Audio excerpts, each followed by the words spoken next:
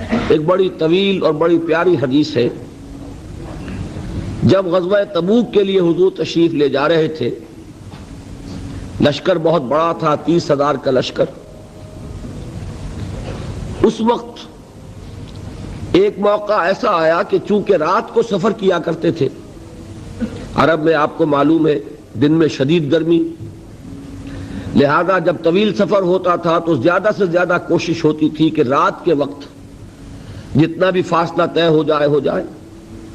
پھر فجر کی نماز ادا کر کے بھی جب تک دھوپ کی تمازت نہ ہو، جتنا بھی آگے سفر طے کر لیا جائے، جب دھوپ ہو جاتی تھی تو پھر قیام.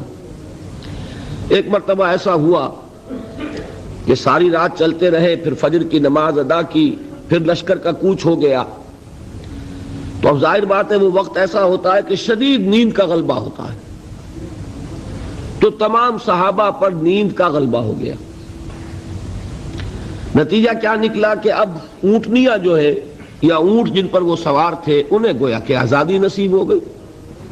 کسی کا منہ ادھر کو اٹھ گیا ادھر چل پڑی، کسی کا ادھر اٹھ گیا ادھر چل پڑی، کسی کو کیکر کا درخت نظر آ گیا اس میں کھڑے ہو کر ناشتہ فرمانا شروع کر دیا، اس لیے کہ جو اوپر سوار ہے وہ اونگ رہا، اور لشکر پورا منتشر ہو گیا. حضرت معاذ بن جبل رضی اللہ تعالی عنہ یہ راوی ہیں اس واقعے کے اور اس حدیث کے، انصاری صحابی ہیں، اور ان کے شان میں حضور نے یہ الفاظ استعمال فرمائے ہیں کہ اعلمہم بالحلال والحرام معاذ بن جبل. میرے صحابہ میں حلال اور حرام کے احکام سے سب سے بڑھ کر واقف معاذ بن جبل ہیں.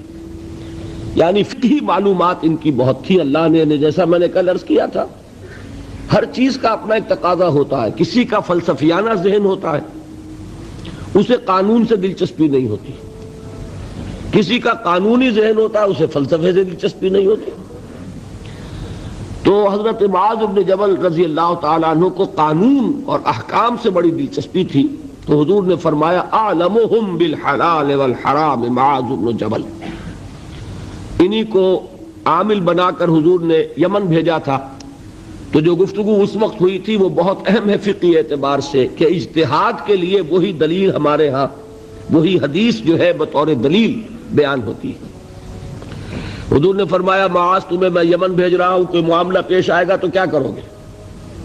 عرض کیا کہ حضور اللہ کی کتاب کی طرف رجوع کروں گا، جو حکم ملے گا اس کے مطابق فیصلہ کروں گا. آپ نے دریافت فرمایا اگر اللہ کی کتاب میں کوئی واضح حکم نہ ملے تو کیا کرو گے؟ تو عرض کیا کہ حضور پھر میں آپ کے فرامین، آپ کے فرمودات جو بھی میرے علم میں ہیں ان کی طرف رجوع کروں گا، اس کے مطابق فیصلہ کروں گا. پھر تیسری مرتبہ سوال کیا اگر میری بھی کوئی بات تمہارے علم میں نہ ہو پھر کیا کرو گے؟ تو عرض کیا ثم اجتہد، پھر میں اجتہاد کروں گا. تو حضور نے شاباش دی کہ یہی طریقہ ہے، یہیں سے وہ لفظ اجتہاد چلا ہے. اور اجتہاد کے لیے جو دلیل ہے نقلی منقول حضور سے وہ یہی حدیث ہے.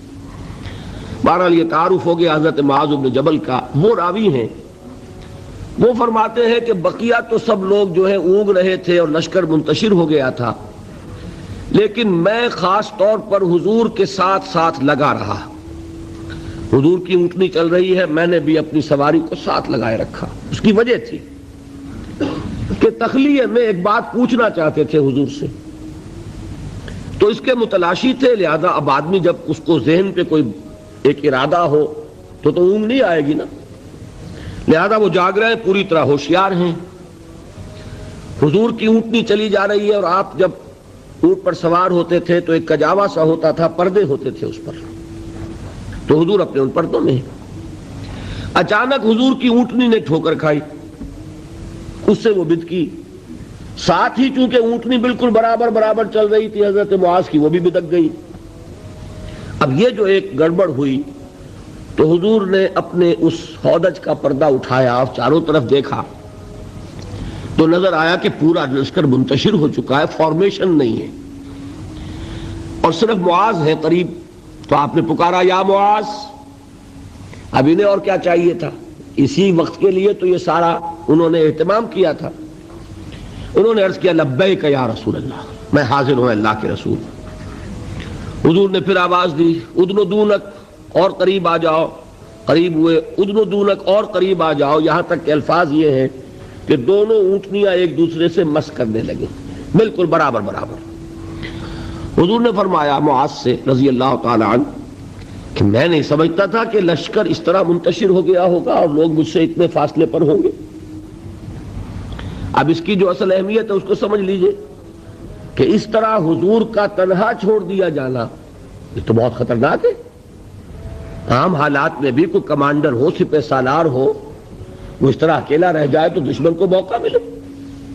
تو حضور نے اس انداز میں فرمایا ما کنت احسب الناس کا مکانہم من بعد، میں نہیں سمجھتا تھا کہ اتنے فاصلے پر ہوں گے لوگ۔ تو میں عرض کیا کرتا ہوں یہ موقع ہوتا ہے، اگر ہم جیسا کوئی ہوتا تو وہ اپنی خاص خدمت کا ذکر کرتا، دیکھیے حضور، اور دوسرے لوگوں کی تنقیص کرتا، لوگوں کو خیال ہی نہیں ہے، توجہ ہی نہیں کرتے، اور میں تو بالکل آپ کے ساتھ لگا ہوا ہوں۔ اس کے برعکس طرز عمل تھا حضرت معاذ کا۔ انہوں نے عرض کیا حضور لوگ رات بھر جاگتے رہے ہیں، اب نیند کا اثر ہو گیا ہے، تو فی اثر الدلجہ، اس کی وجہ سے لوگ اونگ گئے ہیں، تو اونٹنیاں جو ہے اب آزاد ہو گئی ہیں۔ اب اس کا جواب سنیے، حضور نے بھی کوئی تکلف فرما کر اپنے آپ کو سپر ہیومن کی حیثیت سے پیش کرنے کی کوشش کبھی نہیں کی۔ آپ نے فرمایا وَأَنَا كُنْتُ نَاعِسًا، ہاں میں تو خود بھی اونگ رہا تھا صلی اللہ علیہ وسلم۔ یعنی یہ معاملہ جو ہے انہوں نے معذرت پیش کی سب کی طرف سے، حضور نے وہ معذرت بھی قبول کی اور اتنی بڑی بات فرما دی انا كنت ناعسا، ہاں بات بالکل ٹھیک ہے، میں خود بھی اونگ رہا تھا۔ اب انہیں جو موقع ملا اور انہیں یہ اندازہ ہو گیا حضور مجھ سے اس وقت بہت خوش ہے کہ میں جاگ کر چوکس ہو کر پوری طرح ساتھ ساتھ چلا آ رہا ہوں، تو اب حضرت معاذ عرض کرتے اذن لی، حضور مجھے اجازت دیجئے ان اسألک عن شیء، کہ میں آپ سے ایک سوال کروں، قد امرضتنی واسقمتنی واحزنتنی، جس نے مجھے نہایت دلگیر کر دیا ہے، غمگین کر دیا ہے، نہایت مجھے مریض کر دیا ہے، یعنی ایک ایسی دھن مجھ پر سوار ہے، میں سوچ سوچ کر بیمار ہو گیا ہوں۔ حضور نے فرمایا سل ما شئت، بڑا پیارا انداز ہے یہ، جیسے کبھی آپ بادشاہوں کی کہانیوں میں سنتے ہوں گے، پڑھتے ہوں گے، بادشاہ راضی ہو گیا مانگو کیا مانگتے ہو، تو یہاں تھوڑا سا اس کا انداز ہے، سل ما شئت، جو پوچھنا چاہو پوچھو، کھلی چھوٹ ہے۔ اس وقت ظاہر بات ہے تخلیہ بھی ہے اور حضور کا خاص اس وقت التفات ہے۔ تو انہوں نے سوال کیا، یہ ہے اصل میں میرے اور آپ کے سوچنے کی بات۔